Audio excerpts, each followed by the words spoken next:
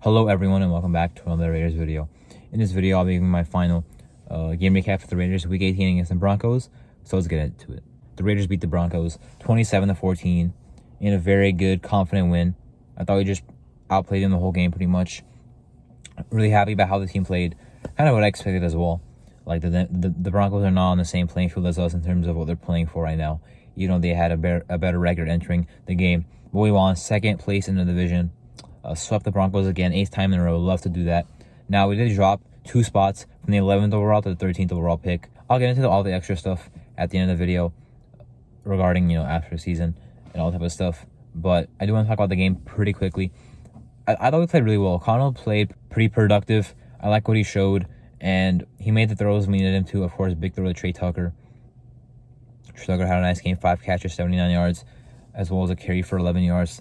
Try to get him involved, and we did get him involved pretty well. Love what we saw from him. He did a lot more this season than I thought he would do.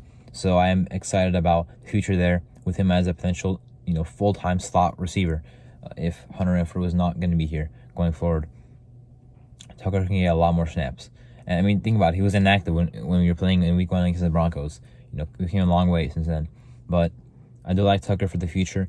And I thought Hooper had a nice game for us at tight end, but I'm not sure if we're going to re-sign him.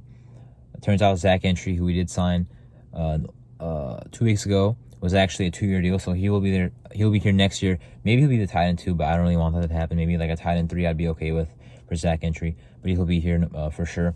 And I liked how he ran the ball. Of course, Amir White ran really well, ran really hard. Again, the running game got better as the game went on. I love to see it.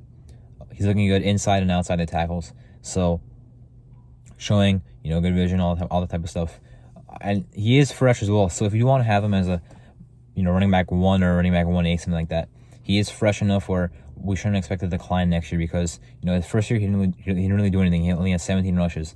This year he had 104, but most of them were in the final, 4 games of the year.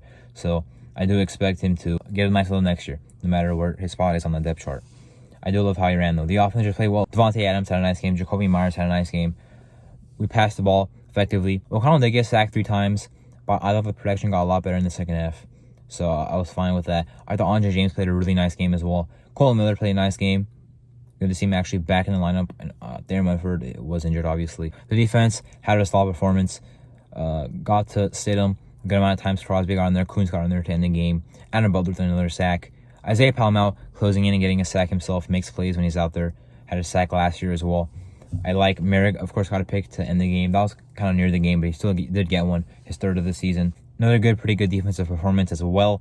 Overall, played really good on both sides. Asia Cole played really well, of course, with his punts. And I like how we just dominated them.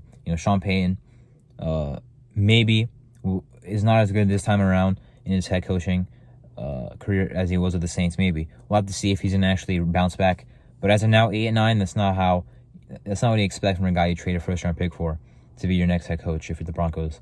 But I love how he played, as I mentioned already. Now, trying to get into the offseason, a lot of free agents did sign 15 guys to futures / reserves contracts. Meaning they'll be on the team next year because, of course, there's no more practice squad after the season ends.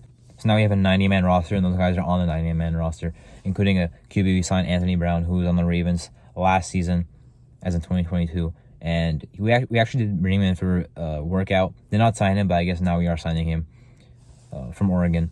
But regardless, also requested to bring in 4 GM candidates for an interview. It looks like this time we will be hiring a general manager before we hire a head coach, whether that's Champ Kelly or a different guy from outside the building. Now, the 4 candidates look good from their resumes, right? One of them is Trey Brown, who we interviewed in 2019 and 2022. Was coming in. Ed Dodds was, I believe, probably the runner-up to Dave Ziegler when we hired him in 2022 from the Colts. I liked him. And then, of course, we got Terrence Gray from the Buffalo Bills and Adam Peters, probably the most sought-after GM in this cycle. The Commanders are already interviewing him. I heard either tomorrow or the day after on Wednesday as I'm recording this. I think we should keep Champ Kelly, but those are definitely good options if we do not choose to keep him. I think that he's already a guy that's in-house. He's already a guy that's been a part of what we've done the last 2 years as our assistant GM, of course, also with the Bears as an assistant GM. He was already highly sought after when we hired him, so I would just retain him with what I'm saying. And also Pierce, I'd also retain. No to Jim Harbaugh.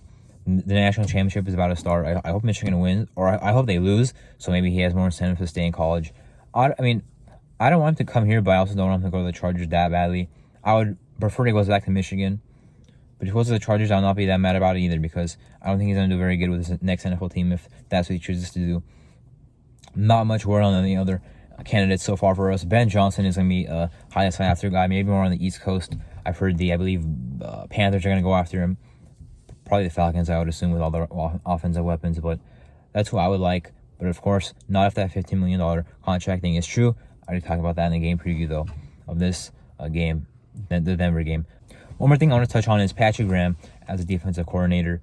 And this also got reminded of this when the Giants let go of their defensive coordinator, Wink Martindale. I guess he resigned, but when we got Patrick Graham, he was a defensive coordinator from the Giants. So we gave him the exact same role he had from the previous team that he was on. But the thing was, they had a regime change, right? That was the year Brian Daboll came in and Joe Shen came in with the Giants. So that kind of made more sense why they got their own guy, which was Wink Martindale, who is no longer going to be there. But it can make sense if we do move on from AP or Champ Kelly. It can make sense for Patrick Graham to leave, even if it's the same role. So that's what I'm concerned about. Like, if he gets a head coaching offer, then no matter who is here, yeah, he might go for that. But if he does not get that offer and we change our head coach and or GM, then I could see him still leaving if we have our own regime change and he wants to go somewhere else. So definitely losing Patrick Graham is definitely something that's realistic. I do not want it to happen, no matter who's here at head coach. I think with Antonio Pierce and Champ Kelly, he'd be a lock to stay unless he does get the head coaching offer. But that's what I would do. Keep those guys, and of course, huge offensive coordinator hire coming up. If we do keep them, because we need someone to call the plays. Of course, 13th overall pick, I said I was going to get into. That's not really the ideal spot. Right now, if the draft happens, sure, Michael Penix might be there. Sure, Jalen Daniels might be there. I love Penix, but Jalen Daniels is still my guy. Well, like, realistically, I like Drake May, I like Caleb Williams. But realistically, from a repick, I would love Jalen Daniels. I don't want McCarthy. I don't want Bo Nix. I would love Jalen Daniels. If not, sure, Penix. But after the combine, not sure if they're going to be there at 13th overall. Might have to trade up a little bit. But who knows how fast the QBs are going to go off the board, right? Number 1 overall pick. Who knows who'll trade up for that pick? The Commanders at 2 definitely want a QB. Patriots at 3 definitely want a QB. Among other teams, the Falcons at 8 definitely want a QB. So, even the teams in front of us, like the Broncos are 1 pick in front of us at 12. The Vikings are 1 or 2 picks ahead of us at pick 11. Kirk Cousins is a free agent. Maybe they'll re-sign him. A lot of QB needy teams that are also picking ahead of us in the draft. So anxious to see how that goes. O'Connell did play well in his last start. He'll be here no matter what next year. But I'm not sure if we should start him again for the entire year next year. I'm not sure if we should bet on him, even though I did like him as a prospect.